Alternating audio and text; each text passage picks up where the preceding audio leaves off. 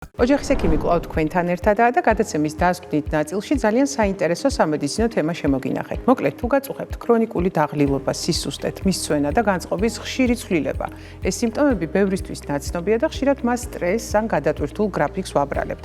თუმცა მიზეზი შესაძლოა ბევრად უფრო სერიოზული იყოს.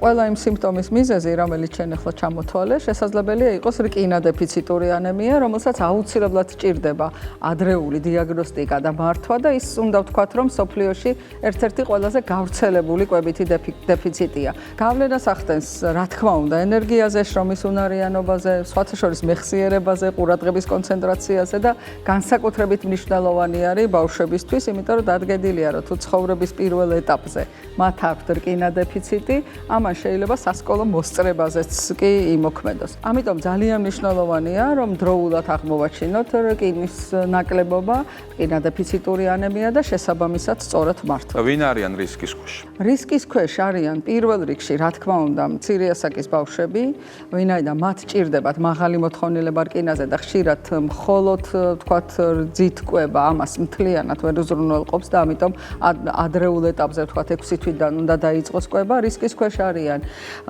ორსული ქალები, მეძუძური დედები, რეპროდუქციული უნარის ქალები ასევე, იმიტომ რომ მენსტრუალური ციკლის დროს დანაკარგი ვთქვათ არის ძალიან მაღალი, ხო? ასევე ადამიანები, რომლებიც ვთქვათ გარკვეული კვებითი პრობლემები გააჩნიათ და რაღაც მთელ რიგ საკვებს, მათ შორის იმ საკვებს, რომლიდანაც ყველაზე მაღალი არის რკინის შეწოვა, ვთქვათ ამ საკვებს არ ღებულობენ. კი, მათ შორის რა თქმა უნდა ვეგეტარიანელები, რომლებსაც ცხოველურ ცილებზე, მათ შორის ხორცზე, რა თქმა უნდა, აქვთ უარი ნათქვამი და შესაბამისად რკინის მიღება მათთვის ბევრად უფრო გაძნელებული არის. სწორედ ამ მნიშვნელოვან საკითხებზე ვისაუბრებთ დღეს ჩვენ სტუდიაში. მასპინძ ვულფ საერთაშორისო ფარმაცევტული კომპანია ჯიმ ფარმას პროდუქციის მენეჯერს ნინი უდუმაშვილს. ლაშა, რადგან რკინის დეფიციტზე ვსაუბრობთ, მოდი შენი შეხედულებაც იქნება ძალიან მნიშვნელოვანი და შესაბამისად აი ამ დაავადებაზე, ამ მდგომარეობაზე, ხო, როგორც მასპინძლის რანგიდან სტუმრის რანგში გადმოინაცვლე და შენი მიმართულებით გაგვიზიარე, როგორ მართავ ხოლმე რკინა დეფიციტურ ანემიებს. ზეამოვნებედი. გამარჯობა, ნინი, ძალიან საინტერესო თემაზე ვსაუბრობთ. ვფიქრობ დღეს და ძალიან საინტერესოა თქვენი ტანდემი და ლაშასთან დავსვავ პირველ შეკითხვას. რატომ არის ასეთი გავრცელებული, როგორ ვფიქრობ, ლაშა რკინა დეფიციტური ანემია და რამდენად ხშირად გყავს პაციენტები, ვისთანაც ეს გამოხატული? მოგესალმები, კოლეგებო. ძალიან მნიშვნელოვანი საკითხი არის ნამდვილად. მადლობა რომ მოგწარდით გადაცემაში ლაშა. დიდი მადლობა მოწვევისთვის, იმიტომ რომ თემა ნამდვილად ძალიან საინტერესო არის. რკინის დეფიციტის გარდა ჩვენ შეგვიძლია ვთქვათ, რომ ზოგადად მიკრო-მაკრო ელემენტების დეფიციტი ძალიან ფართოდ არის გავრცელებული მსოფლიოში და საქართველოს სამწუხაროდ არ გახლავთ გამონაკლისი.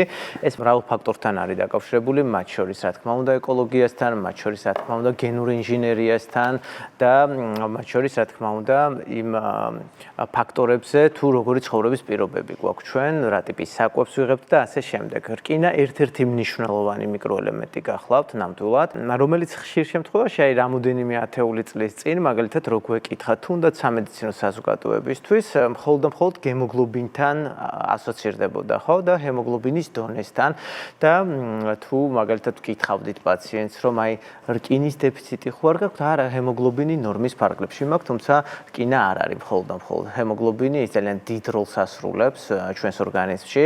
პასუხისმგებელი არის თმის სტრუქტურაზე, ფრჩხილის სტრუქტურაზე, კანის სტრუქტურაზე, გარდა ამისა იმუნურ სისტემაზე, ძალიან ბევრი ჰორმონალური პროცესებში არის ჩართული. შესაბამისად, მას გარდა იმისა, რომ ჟანგბადის ტრანსპორტირებაზე აქვს პასუხისმგებლობა ჩვენს ორგანიზმში, ძალიან დიდი როლი აქვს სხვა, ესე ვთქვათ, ნივთიერებათა ცვლის შესრულებაშიც. მისი დეფიციტი საქართველოშიც, ისევე როგორც მსოფლიოშიც, სტატისტიკურად საკმაოდ გავრცელებული არის.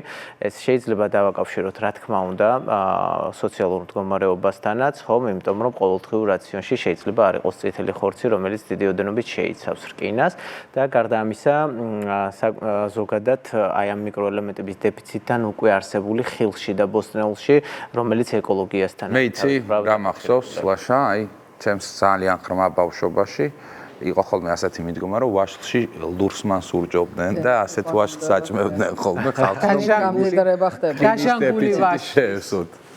კი, არის დღესდღეობითაც არის გარკვეული ესე ვთქვათ მითები ამასთან დაკავშირებით, თუ როგორ უნდა მივიღოთ რკინა, მაგრამ მაშინ თუ გავითვალისწინებთ იმას, რომ დღესდღეობით და ეს არის კვლევებით ასევე დადასტურებული, რომ საკვებ რაციონში არ არის ის ოდენობა იმ მნიშვნელოვანი მიკრო-მაკროელემენტების და ვიტამინების, რაც უნდა მივიღოთ ყოველდღიურად ჩვენ, შესაბამისად 21 საუკუნე შეიძლება გამოვაცხადოთ საკვები დანამატების ერად, რა დროსაც ხშირად საჭირო ხდება ხოლმე დანამატების. კეთილი, მოდი სიმპტომებიც რომ გითხრა, ძირითადად ანუ ადამიანი როგორ უნდა მიხვდეს, რომ მას შეიძლება რკინა დეფიციტური ანემია აქვს, აი რა ვლინდება ხოლმე, რა სიმპტომები იჩენს. მოდით ესე სიმპტომებს დაიწყებ, რადგან ჩვენ გავრცელებაზე ვთქვით, NCDC-ს ჩატარებული აქვს რაღაც წლების წინ, მეგონი 5 თუ 6 წლის წინ, კვლევა საქართველოში მიკროელემენტების შესახებ და რკინა დეფიციტი ყოველი მეოთხე ორსული ქალი, რეპროდუქციული ასაკის ქალს უფრო სწორად, ყოველ მეოთხე ქალს და ყოველ მეხუთე ბავშვს ჰქონდა, ანუ საკმაოდ მაღალი არის გავრცელება, ძალიან მაღალი გავრცელება, განსაკუთრებით სწორედ ბავშვებში და რეპროდუქციული ასაკის ქალებში. და რა სიმპტომები მოდის? აი ჩვენ მე უბრალოდ რკინა დეფიციტურ ანემიაზე არ ვისაუბრებ, რა თქმა უნდა, ეს ჰემატოლოგის პრეროგატივა არის, თუმცა სანამ განვითარდება რკინა დეფიციტური ანემია, შესაძლებელია მანამდეც იყოს რკინის დეფიციტი ორგანიზმში. სწორედ ეს განსაზღვრავს იმას, რომ ჰემოგლობინი ჩვენ, ანუ შეიძლება ვქონდეს ნორმის ფარგლებში, მაგრამ რკინა იყოს დეფიციტური მაინც ორგანიზმში და ამას პირველი რგოლის ექიმები ან თუნდაც ენდოკრინოლოგები და ნუტრიციოლოგები უკვე ხედავენ დამატებითი ანალიზებით. ჩივილები შეიძლება იყოს ძალიან მრავალფეროვანი, ეს შეიძლება იყოს ადვილად დაღლა, უენერგიობა, სისუსტე, ხშირ შემთხვევაში მადის გაძლიერებაც კი, იმიტომ რომ უჯრედულ დონეზე გარკვეული შიმშილი მიმდინარეობს, თმის სტრუქტურის ცვლილება, ფრჩხილის სტრუქტურის ცვლილება, დღის განმავლობაში ძილიანობა, მოთენთილობა, ხშირ შემთხვევაში ასევე შეიძლება კანზე აისახოს როგორც ფერმკრთალი კანი, თვალების ქვემოთ სიშავე, ხო? და ჩვენ აი ეს ყველა თქვათ ჩივილი და სიმპტომი შესაძლებელია სხვადასხვა პათოლოგიებსაც კი მივაწეროთ, ხო, მაგალითად მსგავსი აქვს ფარისებრი ჯუყლის პათოლოგიებსაც მათ შორის და ამიტომაც ხვდებიან სწორედ ენდოკრინოლოგებთან უფრო ხშირად რკინის დეფიციტის მქონე პაციენტები, იმიტომ რომ მოდიან ფარისებრის გამოსაკვლევად, რადგან აქვს მსგავსი ტიპის ჩივილები, შემდგომში გამოკითხვის დროს ჩვენ ვნახულობთ, რომ ეს შეიძლება იყოს დაკავშირებული რკინის დეფიციტთან და ამ შემთხვევაში, რა თქმა უნდა, ეხლა ჩემი თავის მონიტორინგი გაჩავიდარე და სიყვითლე არა მაქვს რკინა დეფიციტური ანემია. სიყვითლე ასევე ხო მეტნაკლებად კიდე ასევე გამოხატული თვალის ბადურაზე, თუმცა ეს შეიძლება კიდე ასევე ბავშვებში დავამატებ ლაშა, ბავშვებსაც განსაკუთრებული კიდევ სიმპტომები, სწორედ ლატენტური რკინის დეფიციტისთვის დამახასიათებელი არის პაგოფაგია და პიკა. ორი ძალიან საინტერესო ნაწილი, პაგოფაგია ეს არის ყინულების ჭამის სიყვარული, როდესაც ყინულები უყვარს და პიკა ეს არის იმ სუბსტანციების ტყვება, რომელსაც არ აქვს კვებითი, რომელიც არ გამოიყენება საკვებად და ხშირად ეს არის ხოლმე ცარცი, ზოგჯერ არის მიწა, გაჯი და ასე შემდეგ. მე ერთი პაციენტი მყავდა წლების წინ, რომელიც პირველად როდესაც მოვიდა ჩემთან საავადმყოფოში, თქვა რომ ძალიან უგემური კედლებია თქვენ საავადმყოფოში, ჩემს სახლში ძალიან გემრიელია კედელია. და ხშირად არის და აქვე უნდა ვთქვათ ისიც, რომ აი მაგალითად ბავშვთა ასაკში განვითარებული პიკა ეს საიდანაც არ უნდა იყოს წამოსული, სამწუხაროდ ხშირ შემთხვევაში ზრდასრულ ასაკში უკვე კვებით ქცევის მოშლის ერთ-ერთი მნიშვნელოვანი. კეთილი ლაშა, შენ ახსენე რომ ეს საუკუნე არისო, აი ჩვენ საკვებიდან ვერ ვიღებთ იმ მიკროელემენტებს, რაც საჭიროა ჩვენი ორგანიზმის ნორმალური განვითარებისთვის და ცხოველქმედებისთვის. აი როგორ უნდა ავარჩიოთ მაშინ ესეც გითხარი ის სწორად მიკროელემენტები, რას უნდა მივაქციოთ ყურადღება, რომ კარგი დანამატი შევიძინოთ. დიახ, პირველ რიგში რაც მნიშვნელოვანი არის, არსებობს გარკვეული მიკრო-მაკროელემენტები, რომელთა ერთად მიღება არ შეიძლება და სწორედ აი ამ პრობლემებმა რაც დგას დღესდღეობით 21 საუკუნეში განაპირობა ის რომ ჩვენ ძალიან ცოტა გვაქვს მულტივიტამინები და გვაქვს ესე ვთქვათ ბაზარზე სხვადასხვა ტიპის მიკრო-მაკროელემენტები უკვე ცალკეული სახეობით იმისათვის რომ სწორად მოხდეს მათი მიღება და შემდგომში რა თქმა უნდა ორგანიზმის მიერ ათვისება და ორგანიზმში ამ მიკრო-მაკროელემენტების შესვლა. ამიტომაც მნიშვნელოვანი არის მაშინ როდესაც ჩვენ ვსაზღვრავთ ზოგადად აი ამ მიკრო-მაკროელემენტებს არ იყოს თვითნებურად გამოყენებული, მიუხედავად იმისა, რომ თითქოს და შეიძლება ის იყოს უვნებელი. არა, ხშირ შემთხვევაში შესაძლებელი არის ჩვენ იმდენად არასწორად მივიღოთ ერთი მეორესთან აღნიშნული საკვები დანამატები, რომ საბოლოო ჯამში ვერ მოხდეს ადეკვატურად იმ მიკროელემენტების შეწოვა. ნინისთან გადავიდეთ შეკითხვით. აუცილებლად. ნინი, ნამდვილად ძალიან სასიამოვნოა თქვენი სტუმრობა, ყოველთვის საინტერესო ინფორმაციას გვაძლევთ ხოლმე და თქვენი კომპანია GM Pharma ზოგადად ზრუნავს, რომ ხარისხიანი და კარგი პროდუქტი მიიღოს ადამიანმა დღეს არსებულ ბაზარზე. არ არის უცნაური, რომ სწორედ ამ ერთ-ერთ გავრცელებულ მდგომარეობასთან დაკავშირებით მოგიწვიეთ. გითხარით რა პრეპარატს გვთავაზობთ, რა დანამატს გვთავაზობთ და რატომ უნდა აირჩიოს ესე ზოგადად ადამიანმა სწორედ GM Pharma-ს კვებითი დანამატი რკინის. კიდევ ერთხელ მოგესალმებით პირველ რიგში და მადლობა მოწვევისთვის. GM Pharma-ს საკვები დანამატების პორტფოლს დაემატა კიდევ ერთი ძალიან საინტერესო სიახლე, ეს გახლავთ ფერიონი, რკინის პრეპარატი და სწორად აღნიშნეთ, GM Pharma ყოველთვის თავაზობს მოსახლეობას და ქართულ ფარმაცევტულ ბაზარს ხარისხიან ხელმისაწვდომ და უსაფრთხო მედიკამენტებს. როგორც აღნიშნეთ, ზოგადად რკინა დეფიციტური მდგომარეობა ძალიან გავრცელებული, ასე ვთქვათ, კვებითი დეფიციტური მდგომარეობა არის და შესაბამისად ძალიან ხშირად ის რისკ ჯგუფების გამოყავით, თუნდაც ორსულობა ლაქტაციის პერიოდში ვახსენეთ, ქალბატონები ვეგეტარიანელებსაც გამოყოფდი, სადაც აუცილებლად ხშირ შემთხვევაში გვჭირდება ხოლმე საკვები დანამატის სახით მისი მიწოდება, თუნდაც რკინის პრეპარატების. და ასევე ის უსიამოვნო სიმპტომების გამოხატეთ და ჩამოვთვალეთ, რაც ახასიათებს ხოლმე ზოგადად რკინა დეფიციტურ მდგომარეობებს, თუნდაც ქრონიკული დაღლილობა მათ შორის.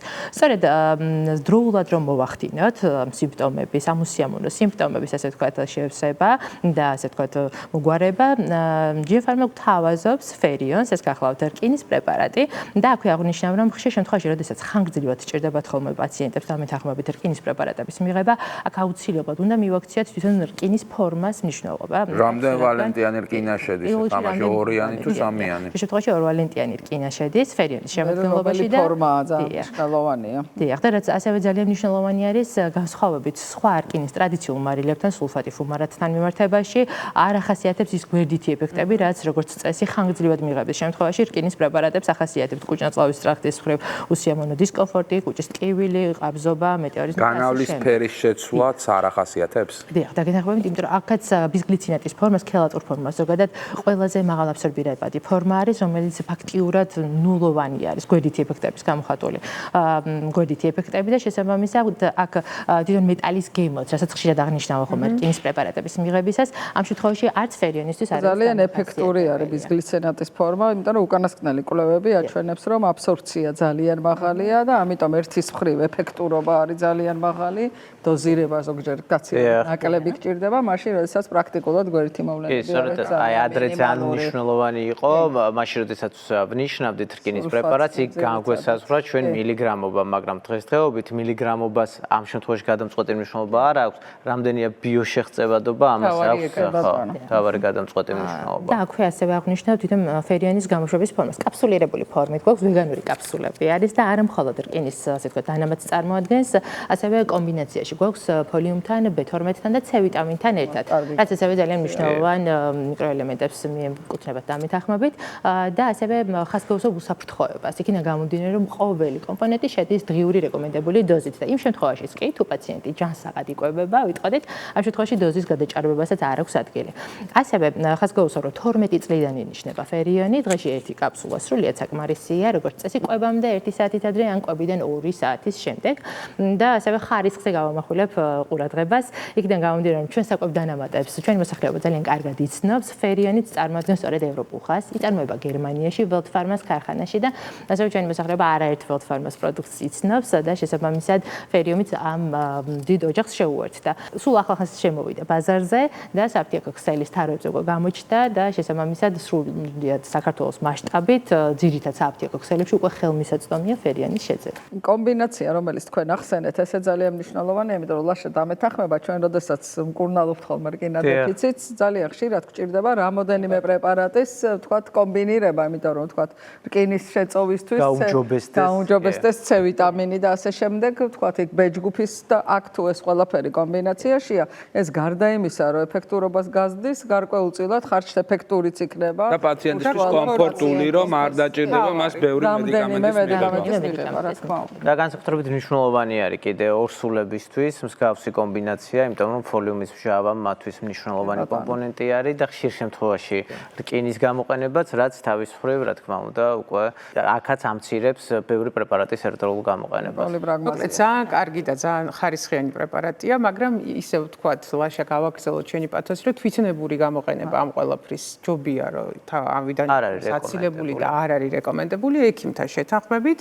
როდესაც ბაზარზე არის ასეთი კარგი პროდუქტი, უკვე ნებისმიერ პაციენტს შეუძლია იყოს მშვიდად, კომფორტულად და უსაფრთხოდ, ასე ვთქვათ, შეივსოს თავისი მიკრონუტრიენტების და ელემენტების რაც ერთ დავამატებ უბრალოდ რომ ყველაზე მნიშვნელოვანი მაშინ როცა ვლაპარაკობ ბიციკლინაზე არის ის რომ როგორც ნინომ აღნიშნა რომ არ აქვს გვერდითი ეფექტები და შესაბამისად მკურნალობაში დამყოლობა პაციენტის არის ძალიან ხანგრძლივი და მარტივი იმიტომ რომ ძალიან ბევრი პაციენტი ყოლია ალბათ რომ ანგემო არ დაწყებია და მერე შეუძლებელია რკინის პრეპარატზე ყოველთვის არის ხოლმე წინასწარი შფოთვა იმიტომ რომ იციან პაციენტებმა ზოგადად გვერდითი მოვლენების ნინო, მადლობა ლაშა, დიდი მადლობა ლაშა, დაგემშვიდობებით. დაგემშვიდობებით, მაია ქეთი დავემშვიდობოთ ჩვენს ამასობაში მაყურებელს.